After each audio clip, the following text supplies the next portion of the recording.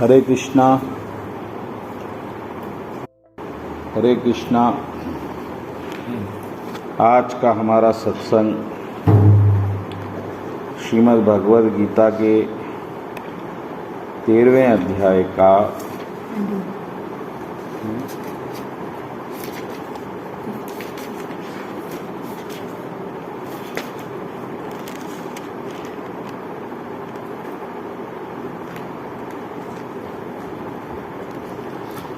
13वें अध्याय का 26वां श्लोक, नहीं 27वां श्लोक,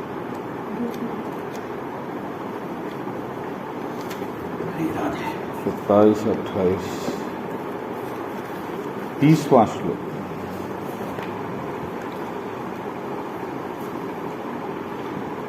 बहुत ये 30 और 31 और 32 बहुत ही महत्वपूर्ण श्लोक। ये मात्र आज जान लेने से आज ही आप लोग उम्र भर के लिए मुक्त हो जाए। इतनी दिन से 2 साल से जो भगवद गीता हो रही है, ये श्लोक पे आने के लिए हो रही है। इसके बाद वो एक शरण का श्लोक आता, 18वें अध्याय, बहुत महत्वपूर्ण है। एक एक बात ध्यान से सुनिए। ये गीता कोई देख सकते, हिंदी की है। One who can see all activities are performed by the body, which is created of material nature, sees that the self does nothing actually sees. जो अकर्तम सा पश्यति, आखिरी वर्ड श्लोक का भगवान बोले। यस पश्यति तथात्मानम अकर्तम सा पश्यति।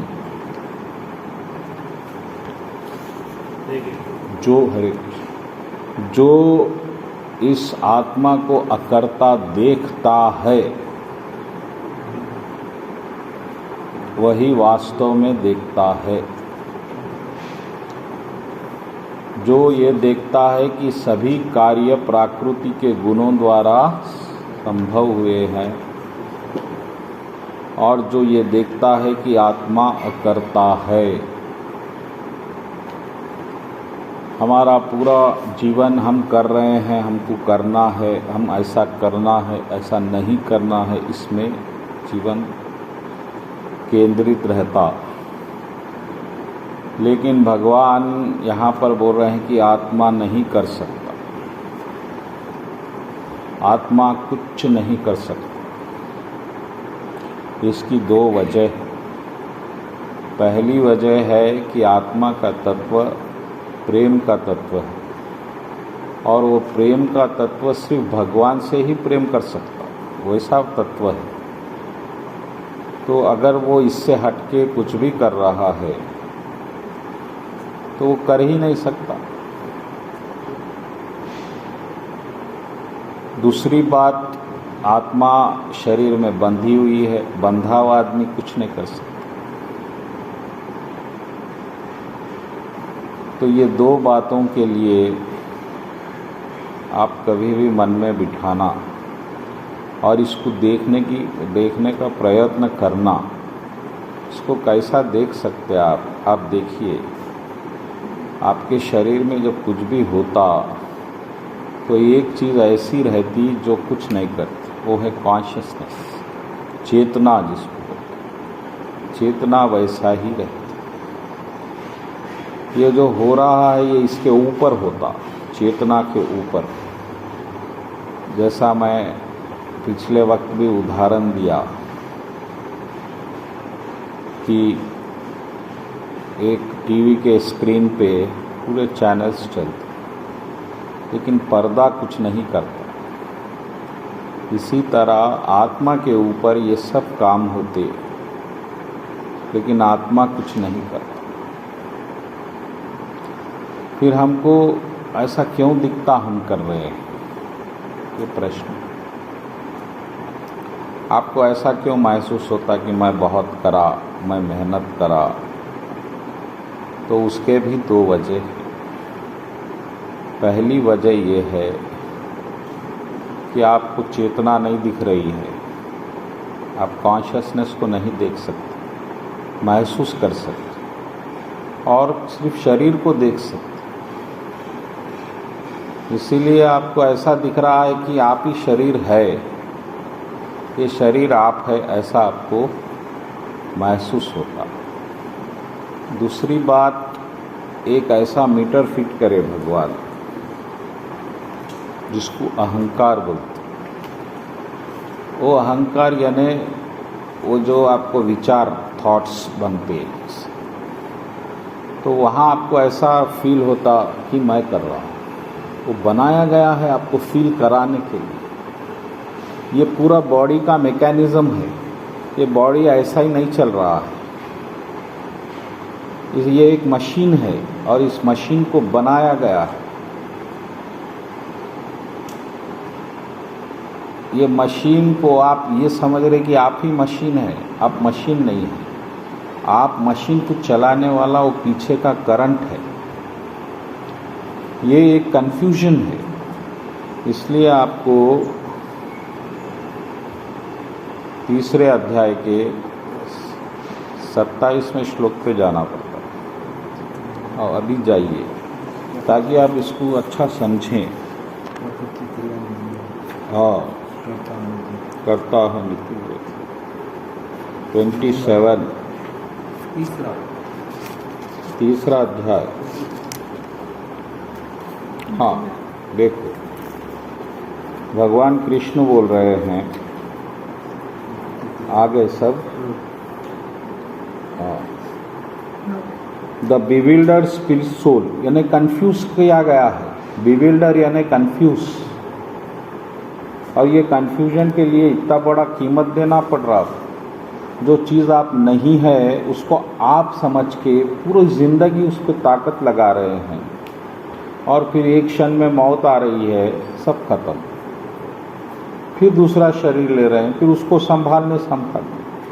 तो आगे बढ़िए। Under the influence of the modes of nature he thinks himself to the doer of activities. प्रकृति के गुणों के प्रभाव से उन्हें ऐसा समझता मैं कर रहा हूँ। मैं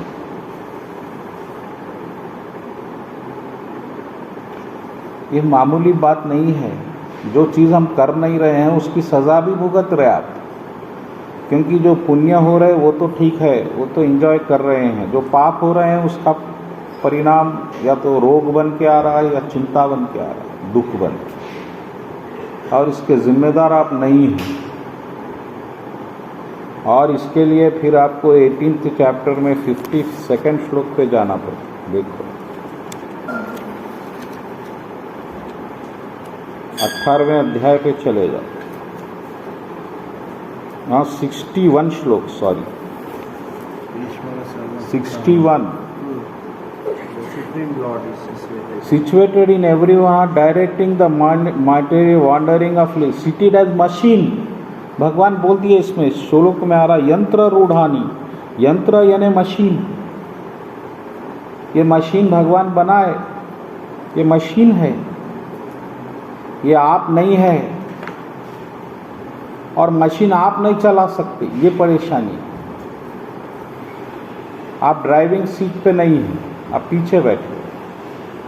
आपको ऐसा समझाया जा रहा है माया द्वारा, यंत्रार रूढ़ानी माया, माया के द्वारा। माया शब्द भी आया यार। Seated as a machine. तो कितने आपको धोखे में रखा जा रहा है। ये धोखा, माया ही धोखा है। आपको ऐसा बताया गया कि ये पूरा परिवार आपका है, आप राजेश है, आपको परिवार संभालना है, और आप बैल के वैसा रात दिन रात दिन रात दिन, इतनी बड़ी सज़ा, और अंत में क्या मिल रहा है? मृत्यु।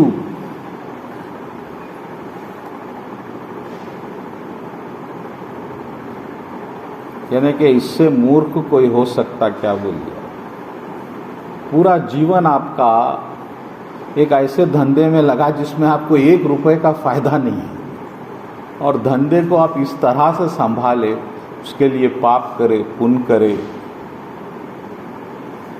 आखिरी में मृत्यु दंड, फिर मृत्यु मिल रही है। अच्छा, मृत्यु भी सही नहीं आ रही, बहुत परेशानी से उससे भी बच रहे हैं, टीके ले रहे हैं।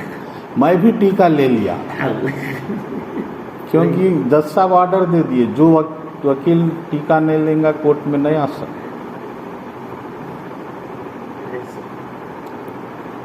तो अब आपको अकर्ता महसूस करना है, क्योंकि परमात्मा शरीर क्यों चला रहा है, क्योंकि वो आप नहीं कर सकते, आप सिर्फ भक्ति कर सकते भगवान की। तो जब आत्मा भक्ति का महत्व समझ के शरण लेती, इसलिए शरण साधना से ऊपर है, सब साधनाओं से ऊपर भगवान की शरण है। क्योंकि शरण में आपको ये समझ में आता कि आप कुछ नहीं कर सकते, भक्ति भी नहीं कर सकते, क्योंकि यहाँ तक भी अहंकार हो सकता आदमी कि मैं भक्ति कर रहा हूँ, मैं थोड़ों से अलग हूँ। बंधा हुआ आत्मा ये मशीन के द्वारा भक्ति नहीं कर सकती। ये जितनी भक्ति हो रही है वो कृष्ण हमसे करवा रहे हैं, वो भी हम पे अति कृपा करके। नहीं तो इसीलिए ऐसा माना जाता है कि भगवान को आप जब भी याद रख सकते जब भगवान आपको याद रखते। जब भगवान याद रख के सोचते कि ठीक है इन्हें सही रास्ते पे आ रहा है, इसको थोड़ी भक्ति प्रदान की जाए, जब भी आप भक्ति कर सकते।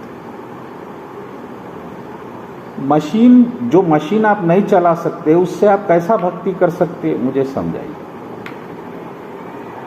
जो कार आप नहीं चला सकते, वो ड्राइविंग सीट पे आप बैठ ही नहीं सकते, आप कोई रास्ते पे नहीं जा सकते, और जाएंगे तो एक्सीडेंट हो सकता। ये भी एक बड़ा डर है।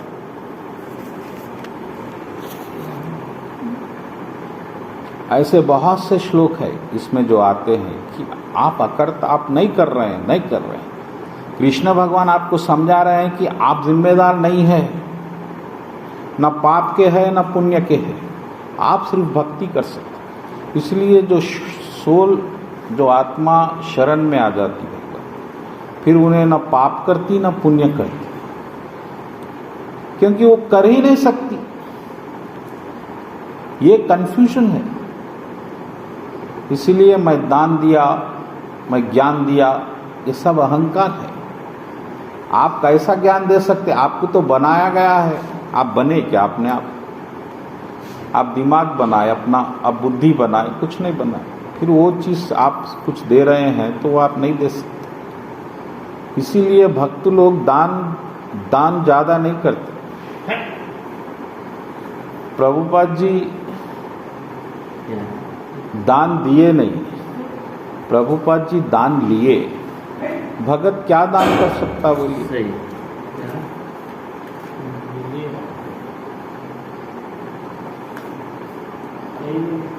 पूरी मशीन भगवान चला रहे हैं और हम मशीन हैं, समझ रहे हैं, खुद मशीन को संभाल रहे हैं, बचा रहे हैं, लेकिन मशीन तो बिगड़ना ही बिगड़ना है। और जब मशीन जैसा जैसा खराब होंगी, पुरानी होंगी और तकलीफदायक हो जाएंगी। ये मशीन में रिपेयर ज़्यादा हो जाएंगे। हाँ, कोई बच नहीं सकता। और फिर डॉक्टरों की मौज, और अब फिर लड़ाई बढ़ाएंगे तो वकीलों की मौज। ये लोग आपके दुख और दर्द पे दौलत बनाएंगे। ऐसा ही नियम है। इसलिए पहला ज्ञान, पहली सीढ़ी, मैं शरीर नहीं हूँ, ये पहला ज्ञान है। फिर आप कौन है, तो आपको 15 अध्याय में जाना पड़ेगा। ज़रूरी है वो बात भी, जहाँ कृष्ण भगवान बोल रहे आप कौन है। 15th चैप्टर इसलिए मैं ये छोटी किताब लाया, मोटी किताब मैं बार बार पलटा नहीं सकता।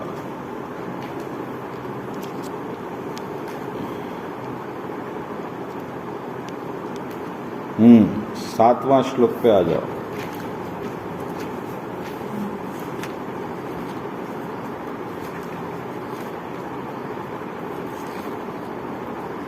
मामे वांशो सर्वभूतानाम,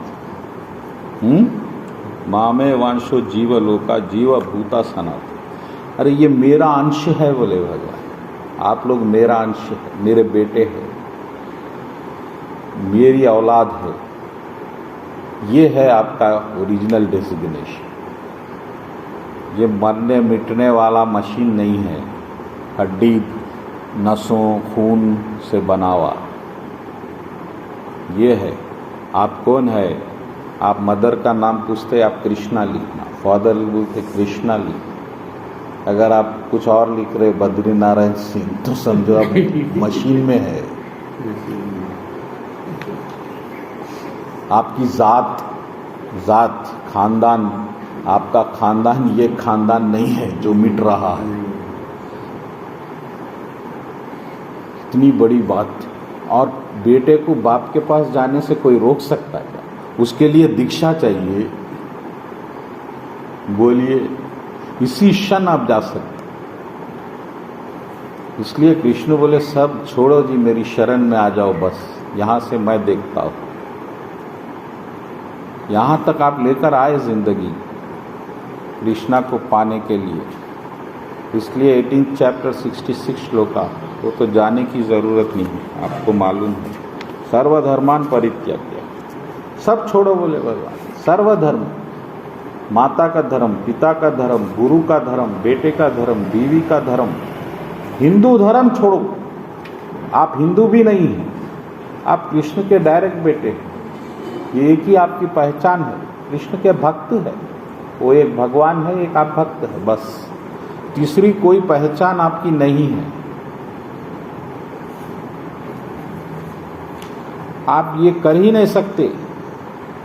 ये शरीर को चलाना आपके बस में नहीं है, मगर आप इस माया को भोगना चाह रहे, एंजॉय करना चाह रहे, इसलिए आप यहाँ पर फंस। जैसा कोई क्रिकेट का शौकीन है तो वो स्टेडियम में जाना पड़ता, तो जब मैच शुरू होता उससे पहले जो हालत होती, बहुत दूर स्टेडियम, गाड़ी पार्क करना परेशानी, वहाँ भीड़, वहाँ लाइन ठहरो, धक्कन, ये सब परेशानी क्यों हो रही है? क्योंकि आप क्रिकेट की इच्छा करें। इसी तरह आप इस माया को भोगने की इच्छा करें। आप भक्ति को छोड़ के कुछ और इच्छा करें, इसके लिए कृष्ण आपको इस तरह से फंसा दिया। लेकिन अब आपको ज्ञान हो गया, मैं नहीं चला सकता भगवान, ये मैं गलत एक फैसला लिया, ठीक है, अब गलत फैसला हुआ, अब खत्म हो गया। आपकी कृपा से ज्ञान हो गया, अब मैं अपनी गलती मान चुका हूँ, अब मैं ये गलती नहीं करूँगा। अब हमको शरीर नहीं चाहिए, ये दुनिया ही नहीं चाहिए, स्टेडियम, ये पूरा जो ब्रह्मांड है एक स्टेडियम है, हम ये स्टेडियम में नहीं आएंगे, हमको क्रिकेट नहीं देखना, ये मुक्ति है। इतना सा ज्ञान ही मुक्ति है। अगर आप ये समझेंगे कि मैं भक्ति करके भगवान के पास जाऊंगा, तो फिर वो भी बड़ा ज्ञान है। जब कृष्ण कह रहे हैं कि आत्मा करता है इस श्लोक में, तो आप क्या कर सकते बोलिए? सरेंडर हो सकते। इसलिए रामकृष्ण परमहंस जी पूरी जिंदगी सरेंडर पे ध्यान दिए। उन्होंने बोले सरेंडर हो सकते। हमारे राम सुखदेव महाराज जी भी सरेंडर पे करें, प्रभुपाद जी भी कृष्ण की शरण, जो भी इससे ज़्यादा कुछ कर ही नहीं सकती आत्मा। सरेंडर के बाद जो भक्त करता, वो मात्र कृष्ण उनसे कराते, उस मशीन को उस तरह से चलाते। अब आप बदमाशी का सोचे तो बदमाशी की तरह चलाते, जैसा आप सोचेंगे भगवान, क्योंकि कृष्ण को मशीन चलाने से कोई फायदा नहीं। कृष्ण को तो ये लोग ही नहीं पसंद है, जिस तरह गवर्नमेंट को जेल पसंद नहीं रहती, लेकिन आपको जेल पसंद है। आप जेल में बार बार आ रहे हैं, जेल में अच्छे काम कर रहे हैं। जेल में अच्छे काम करने से कोई फ़ायदा है? जेल में वही कैदी होशियार है जो जेल से निकलना चाह रहा, क्योंकि जेल के बाहर की ज़िंदगी जेल की ज़िंदगी से बहुत खूबसूरत है। हम बंधी हुई आत्मा क्या कर सकते हैं? एक तो जो हम नहीं कर रहे उसको कर रहे हैं समझ के, बार बार चिंताग्रस्त हैं, परेशानी में है और संघर्ष कर रहे हैं। इसमें वही श्लोक में भगवान बोले मामे वंशों में 7वें श्लोक में 15 के, इसलिए बहुत स्ट्रगल कर रहे हैं लोग, मुसीबत उठा रहे। जिस चीज़ के लिए आप जिम्मेदार नहीं है, आप बार बार फांसी पे लटक जा रहे।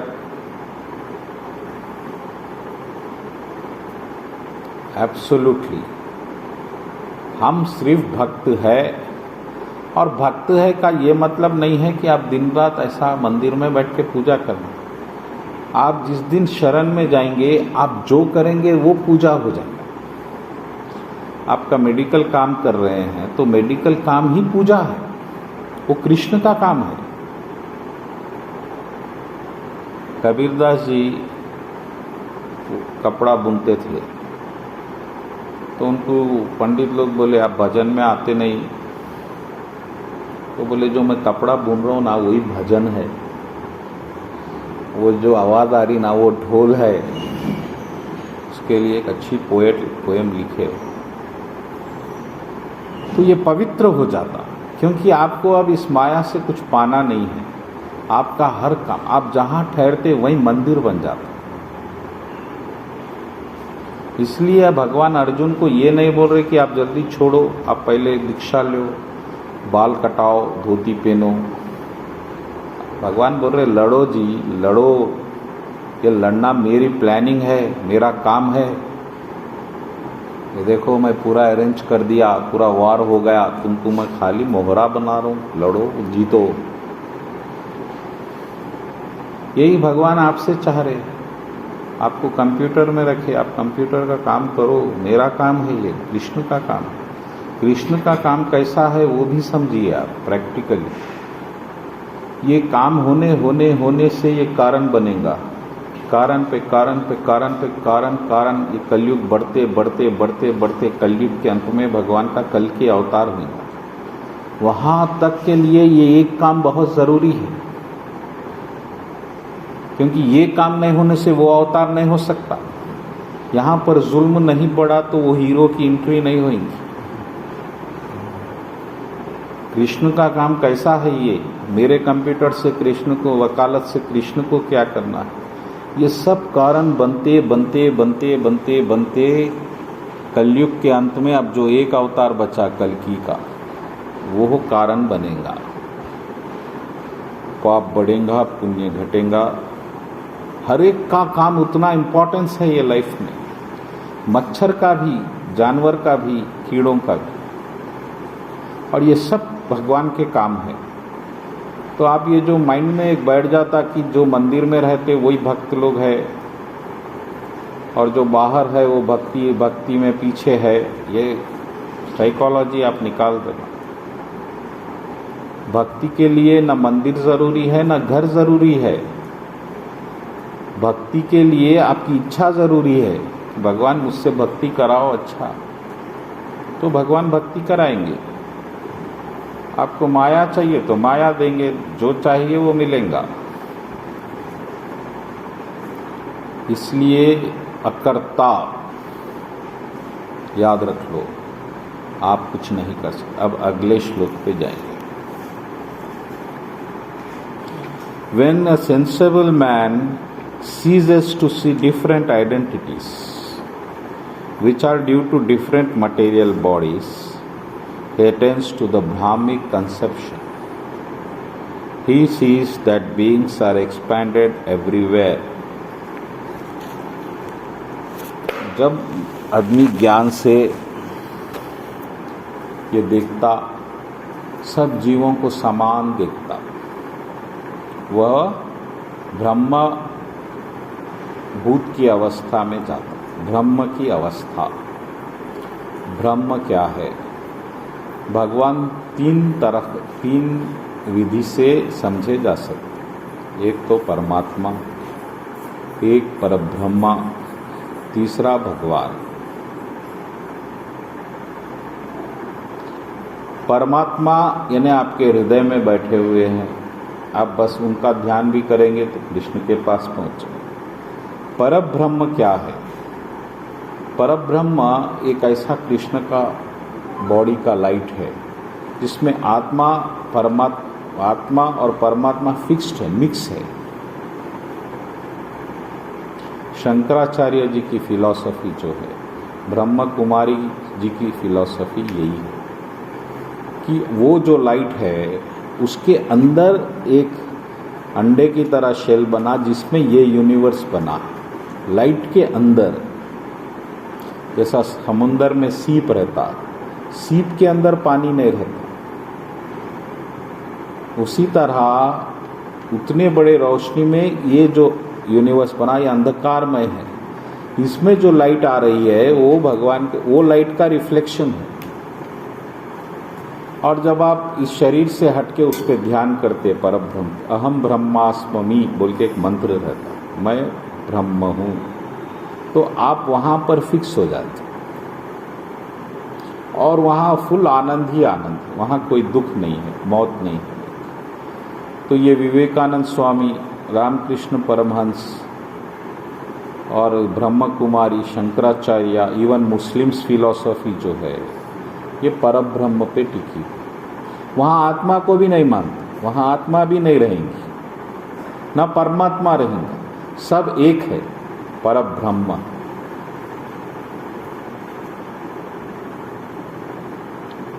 लेकिन परब्रह्म एक चीज नहीं कर सकता, वो क्या है?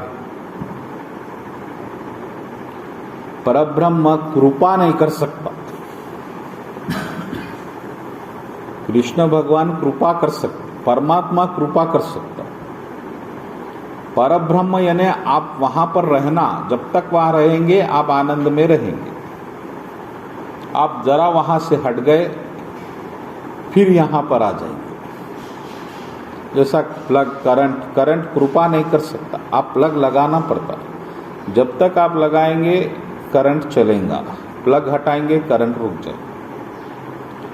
इसलिए जो परब्रह्म में रहते, एक मामूली सी गलती, जैसा 50,000 साल तपस्या करे, 1-2 मिनट के लिए गुस्से में आ गए तो फिर आप जीरो पे आ गए, फिर आपको 50,000 साल फिर कोशिश करना पड़ता। इसलिए ये फिलॉसफी में कोई कामयाब नहीं होता। राम जी रामायण में बोले, साधन कठिन एक ते का, करी कष्ट बहु पावऊ कोई। ये ऐसा मुश्किल चीज़ है, कोई पा नहीं सकता। गौतम बुद्ध की फिलॉसफी में भी यही है। गौतम बुद्ध के बाद कोई ऐसा आदमी नहीं बना जो वो चीज़ को पाया था परफेक्ट। परब्रह्म इसलिए भक्त लोग ठुकरा दिए। भक्ति में ऐसा नहीं है। भक्ति में भक्त शरण ले लेता, अब उसके बाद वो कुछ कर नहीं सकता। भगवान को टेंशन बढ़ जाता, इसको कैसे बाहर लाना है। तो भगत भगवान को छोड़ दे तो भगवान भक्त को नहीं छोड़ते। आप देखिए, ये आनंद सिर्फ भक्ति में हो सकता। अब परमात्मा, ये योगियों का काम, जो योगी रहता, जो भक्ति नहीं कर रहा, वो बोलता मैं परमात्मा पे ध्यान कर रहा हूँ काम करते हुए। तो भक्त लोग परमात्मा पे भी ज़्यादा ध्यान नहीं देते, क्योंकि जब भगवान स्वयं सामने है तो अब अंदर के भगवान को क्या देखना है। जब स्वयं कृष्ण सामने है तो अब अंदर है तो वो तो दिख नहीं रहे हैं, उनको रहने दो। ये तो दिख रहे हैं ना मूर्ति में। तो इसलिए प्रभुपाद जी ये दो बातों पे ज़्यादा इम्पोर्टेंस नहीं दिए, परमात्मा पे भी नहीं दिए, परब्रह्म पे नहीं दिए, सीधा कृष्ण है। कृष्ण की मूर्ति रखो, पूजा करो।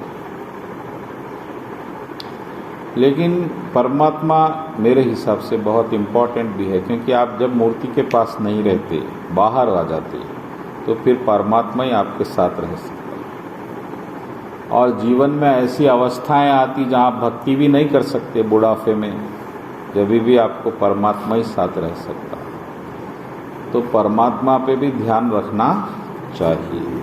हाँ, तो ये भगवान बोल रहे हैं कि यहाँ पर जब आप जीवों को डिफरेंट आइडेंटिटी से देखना बंद कर देते, जब आपको कोई अलग अलग नहीं दिख रहा है, सिर्फ करंट दिख रहा है, सब में आत्मा दिख रही है, ऐसा विजन बन गया आपके देखने की दृष्टि में।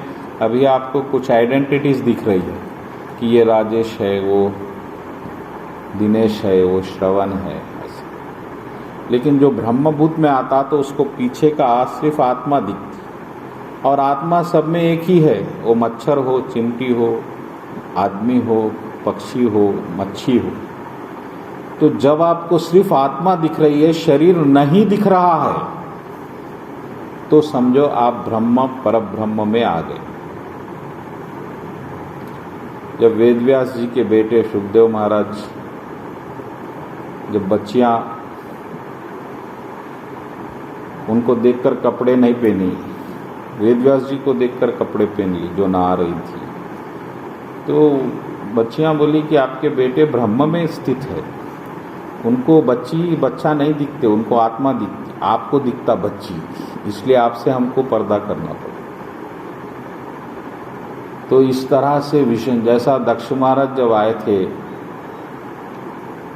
दरबार में, मीटिंग चल रही थी, ब्रह्म भगवान भी बाजू थे, तो ब्रह्म भगवान और शंकर जी, दक्ष महाराज जो ससुर थे शंकर जी के, उनको सम्मान नहीं करे, उठे नहीं, सब उठ गए। दक्ष महाराज का ऐसा तेज था, चेहरे पे इतना आकर्षण, सब उड़ गए, लेकिन दामाद नहीं उठा। ससुर जी को गुस्सा आ गया, ये दामाद असल में इसको बेटी नहीं दे रहा था, ब्रह्म भगवान के बोलने से दिया। ये अपने आप को बहुत बड़ा समझता, क्या नहीं समझता। तो शंकर जी बाद में एक्सप्लेनेशन दिए, माता पार्वती, कि हम जो ज्ञानी लोग रहते, जो ब्रह्म देखते, वो परमात्मा को प्रणाम करते, वो आदमी को नहीं करते। और ससुर जी क्योंकि अहंकार में आ गए थे, मैं चाह रहा था उनका अहंकार उतरना, इसलिए मैं प्रणाम नहीं करा, और उतरा अहंकार फिर बाद। तो इस तरह से ब्रह्म को देखना, आप भी ब्रह्म को देखना हर चीज़ में। और भागवत में तो यहाँ तक बोले कि आप परमात्मा को देखना, हर आदमी में परमात्मा है, तो परमात्मा को देख के उसकी पूजा करो। भगवान बोले इससे बड़ी भक्ति नहीं है। जो मेरे को सिर्फ मूर्ति में देखता और दूसरे में नहीं देखता, तो वो अभी भक्ति में परफेक्ट नहीं है। बोले जो मुझे हर आत्मा में देखता और देखकर उतना सम्मान दे के प्रेम करता, वही सही भगत है। तो इससे तो एक आप दूसरों से बदमाशी भी नहीं करेंगे, क्योंकि अब हर जगह भगवान है, तो धोखा कैसा दे सकते किसी को, ये भी पॉइंट। इससे आपका कैरेक्टर बढ़ जाता। तो ये सेकंड श्लोक, ये एक बहुत इम्पोर्टेंट। आप शरीर को, मशीन तो मशीन ही है, हर मशीन बराबर है, उसके फॉर्म्स अलग अलग है, कोई छोटा है, कोई बड़ा है, मशीन है। मशीन को मशीन की तरह देखो बस। तो इससे तो ये अच्छा है बुरा है, ये भी आप में जो दोष देखने की बुद्धि है वो भी संभल जाएंगी। आपको कोई बहुत अच्छा दिखता, कोई बहुत बुरा दिखता, ये सब मन का भ्रम है। मशीन अच्छी या बुरी नहीं हो सकती। मशीन अच्छी कैसा हो सकती? मशीन तो वैसा ही हो सकती जिसको जैसा बनाया गया है। ऊपर वाला कुछ बना लिया उसके काम के लिए, उससे हमको क्या करना है? अफगानिस्तान पे किसी का भी कब्जा हो, हमको क्या लेना देना है? नहीं ये गलत है, ये अच्छा है, वो बहस में जाना नहीं। भगवान की इच्छा है, आगे भी क्या है देखिए। तो ऐसा बुद्धि रखना आपको स्पिरिचुअल बनना है, पर निंदा, दोष बुद्धि थोड़ा रोक देना। ठीक है, वो ऐसा है, भगवान है, वो क्या बनाए भगवान, भगवान को मालूम। हम भी फंसे हुए हैं मशीन में, हमारी मशीन का ठिकाना नहीं है, दिन रात रिपेयर चल रहा है। अब इससे दूसरों की मशीन पे निर्णय लेना गलत है, इसलिए ये भी श्लोक इम्पॉर्टेंट है। अब इसके आगे का एक तो बहुत बहुत इम्पॉर्टेंट नेक्स्ट, जो मेरा फेवरेट श्लोक है, 32।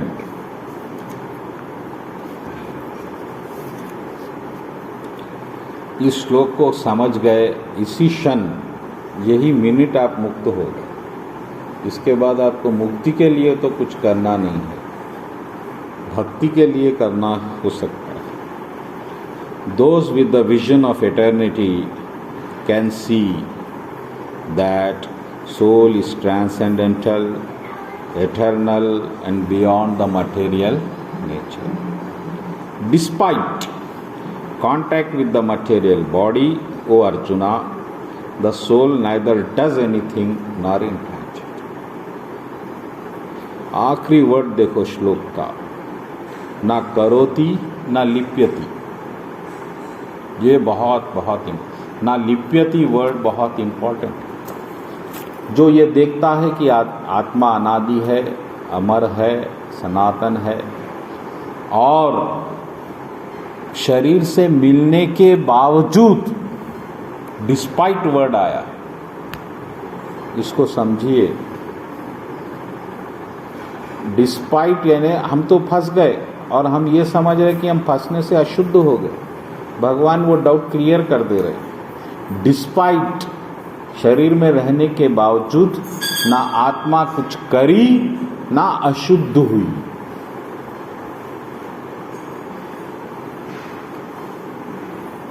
ना लिप्यति,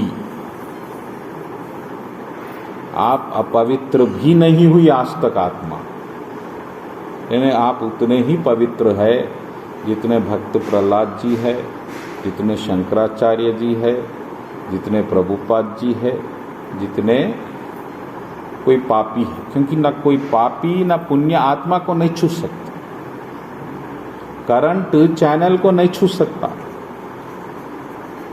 कंप्यूटर पे गंदे से गंदा चैनल भी आप खोलेंगे तो करंट अपवित्र हो जाता क्या? इसी तरह आत्मा गंदे से गंदा शरीर भी ले लेंगी तो आत्मा पवित्र ही रहेगी।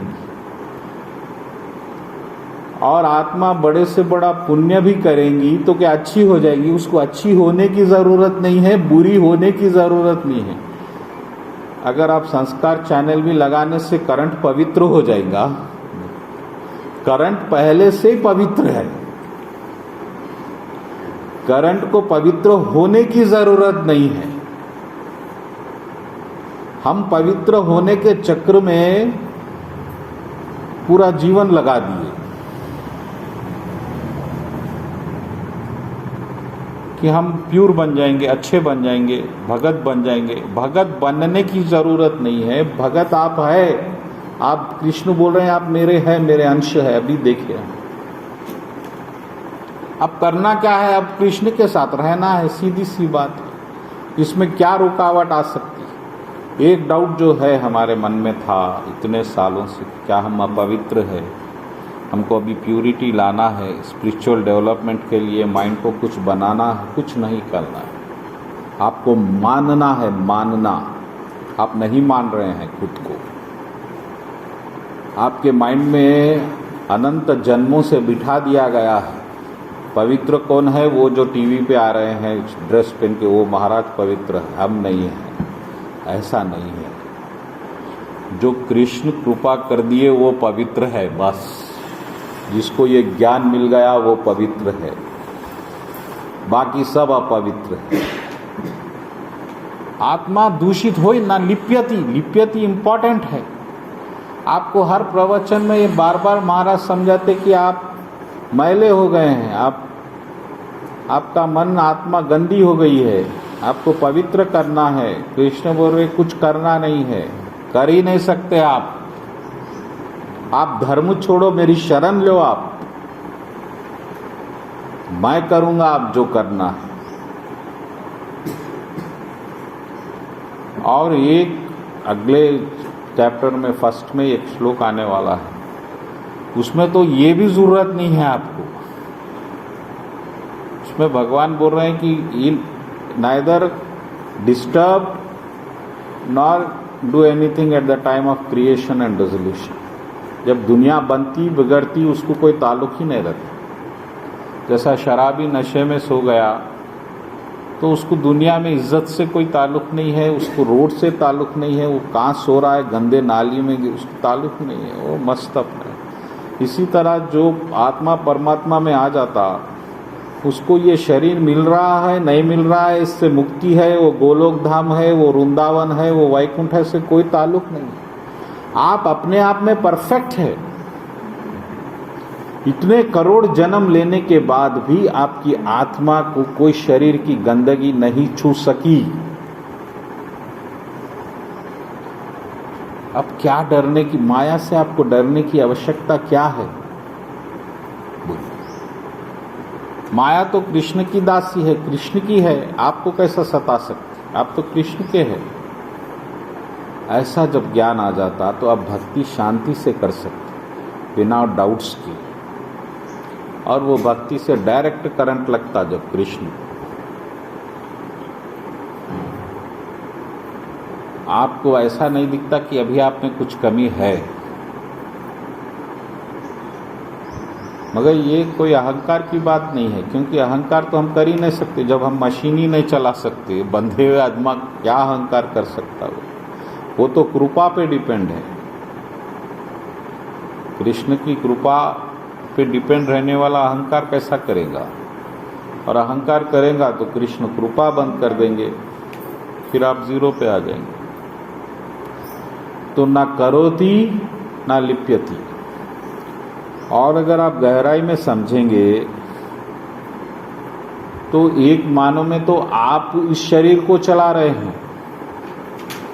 किस तरह से? क्योंकि प्रभु को तो शरीर से लेना देना नहीं है, वो तो आप हमारे लिए बनाए भगवान। और शरीर की वजह, आत्मा की वजह से शरीर चल रहा है। तो शरीर को कौन पाल रहा है? आत्मा पाल रही है। करंट की वजह से टीवी चल रहा है, तो टीवी को कौन पाल रहा है? करंट पाल रहा है। और आपसे पलने वाली चीज आपके ऊपर कभी नहीं हो सकती, वो तो आपके टुकड़ों पे पल रही है। और ये पूरा ब्रह्मांड बनाया गया है उस आत्मा के लिए। ये ब्रह्मांड चल रहा है क्योंकि इसमें आत्मा है। तो आत्मा है का मतलब आत्मा ब्रह्मांड से भी ऊपर हो गई, देवताओं से ऊपर हो गई, ग्रहों से ऊपर हो गई, सबसे ऊपर हो गई। तो आप तो सबसे ऊपर है। इस तरह से भी देख लो। ठीक है, शरीर नहीं चला सकते, लेकिन मशीन को जिंदा तो आप ही रख रहे हैं। करंट टीवी नहीं चला सकता, ठीक है, लेकिन टीवी चल रहा है करंट से। बैटरी मोबाइल की, मोबाइल नहीं चला सकती, लेकिन जान तो बैटरी की वजह से। तो बैटरी मोबाइल से श्रेष्ठ होगी। इस तरह से भी आप अपने आप को ऊंचा रख सकते। आपका पोजीशन बहुत हाई है। नेवर ये पॉजिटिव थॉट्स कभी भी याद रखना। नेगेटिव थॉट आ गया तो फिर आपको बहुत परेशानी हो जाती। अपने आप को न किसी से कम समझना है, न किसी से ज़्यादा समझना है। सब एक ही लेवल में, ब्रह्मभूता। ब्रह्मभूता प्रसन्नात्मा, ना शोचती ना स्पर्शति। परफेक्ट ज्ञान। नहीं मैं अपवित्र हूँ, आज गोश्त खा लिया अपवित्र हो गया, या कुछ देख लिया अपवित्र हो गया, ये सब बातें मन की है। मन पवित्र होता या अपवित्र होता, आत्मा कभी अपवित्र होती नहीं। पवित्र को आप हमेशा पवित्र है, उसको कोई सर्टिफिकेट की आवश्यकता नहीं है। इतना ज्ञान लेने के बाद अब आपको भक्ति में कोई रुकावट नहीं है। वो स्वयं भगवान जो बाहर मूर्ति बन के बैठे हैं, हमारे हृदय में ही बैठे हैं। बस उनको बिठाओ, मूर्ति बना लो, दिल में भी पूजा करो, भजन कीर्तन, हमेशा भगवान के साथ रहो। जो भी कर्म कर रहे हैं वो भगवान का है, डायरेक्ट वो भी समझा दिया मैं किस तरह से भगवान का है, तो वो भी आपको आसान हो गया, कर्म भगवान से जोड़ना हो गई बात। अब कृष्ण हमारे को मिलना निश्चित हो जाता, कोई रुकावट, यहाँ तक श्लोक काफ़ी, क्योंकि ये श्लोक भगवान भक्ति योग के बाद बोले हैं, आपकी भक्ति को आसान बना रहे भगवान। ये चक्करों में मत जाओ, ये पवित्रता अपवित्रता ये सब कच कच कच, सिर्फ कृष्ण का नाम, कृष्ण का संकीर्तन, कृष्ण की लीला, ये 3 चीज़ों पे ध्यान रखना है, बाकी सब कोई ज़रूरी नहीं है, इस बात को याद रखो। और वह भी भगवान से प्रार्थना करो कि ये चीज़ें आपके इस मशीन से हो, ज़्यादा से ज़्यादा बस। और ये सब इसलिए कि आप कृष्ण को याद रख सकें। ये सब कर रहे हैं मैं, फिर मन भाग रहा है, तो ये गलत बात है। अब मन कहाँ भागेगा ये बोलिए, कौन है दुनिया में जो कृष्ण नहीं है? सब कृष्ण है, माया कृष्ण की है, जल वायु अग्नि भगवान ही है, हवा भगवान है, सब उसमें, हम कृष्ण में हैं, कृष्ण हमारे में है। इस तरह से बहुत करीब हो जाता भक्त भगवान से। तो आज का क्या समय है मेरे को समझ में अभी है 10 मिनट है ना, 10 मिनट। तो ये करोति ना लिप्यति को याद रख लो बस। थोड़ा भगवान एक एग्जाम्पल भी दे रहे हैं आपको अगले श्लोक। As the sun alone illuminates all this universe, so does the living entity, one within the body, illuminate the entire body by consciousness. जैसा एक सूरज पूरे ब्रह्मांड को रोशनी दे रहा है, उसी तरह एक आत्मा अंदर जो आपके है पूरे शरीर के आपको चला रही है। इतना सुंदर एग्जाम्पल भगवान। आत्मा का साइज बहुत छोटा माना गया है। कितना माना गया है? ये बाल जो रहता आपका, इसके ऊपर का 36,000 पार्ट, उसको 36,000 टुकड़े करेंगे तो जो साइज बनेगा वो साइज आत्मा का। वो आत्मा 50 किलो 100 किलो का बोझ उठाती आराम से, आपको महसूस नहीं होता। आपको महसूस हो रहा है शरीर बोझ बन रहा है, यानी कितनी पावरफुल आत्मा है ये सोच लीजिए आप। बाल के ऊपर के हिस्से का 36,000वां हिस्सा 1/36,000, इतना छोटी सी चीज, वो हम है, ये सब हम नहीं है।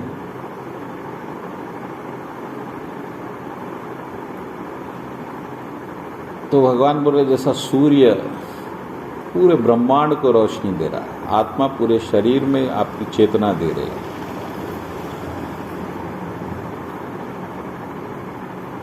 इतना भगवान आपको इतना कृपा कर रहे हैं। देख, तो वन हु नोइंगली सीज, अब ये जो ज्ञान समझ के ऐसा आदमी sees the difference between the body, owner of the body, can understand the process of liberation from this bondage and also attain supreme गोल।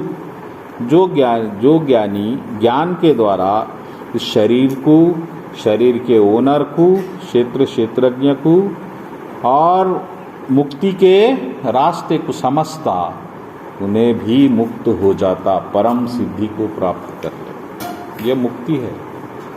आपको अब क्या करना है बोलिए?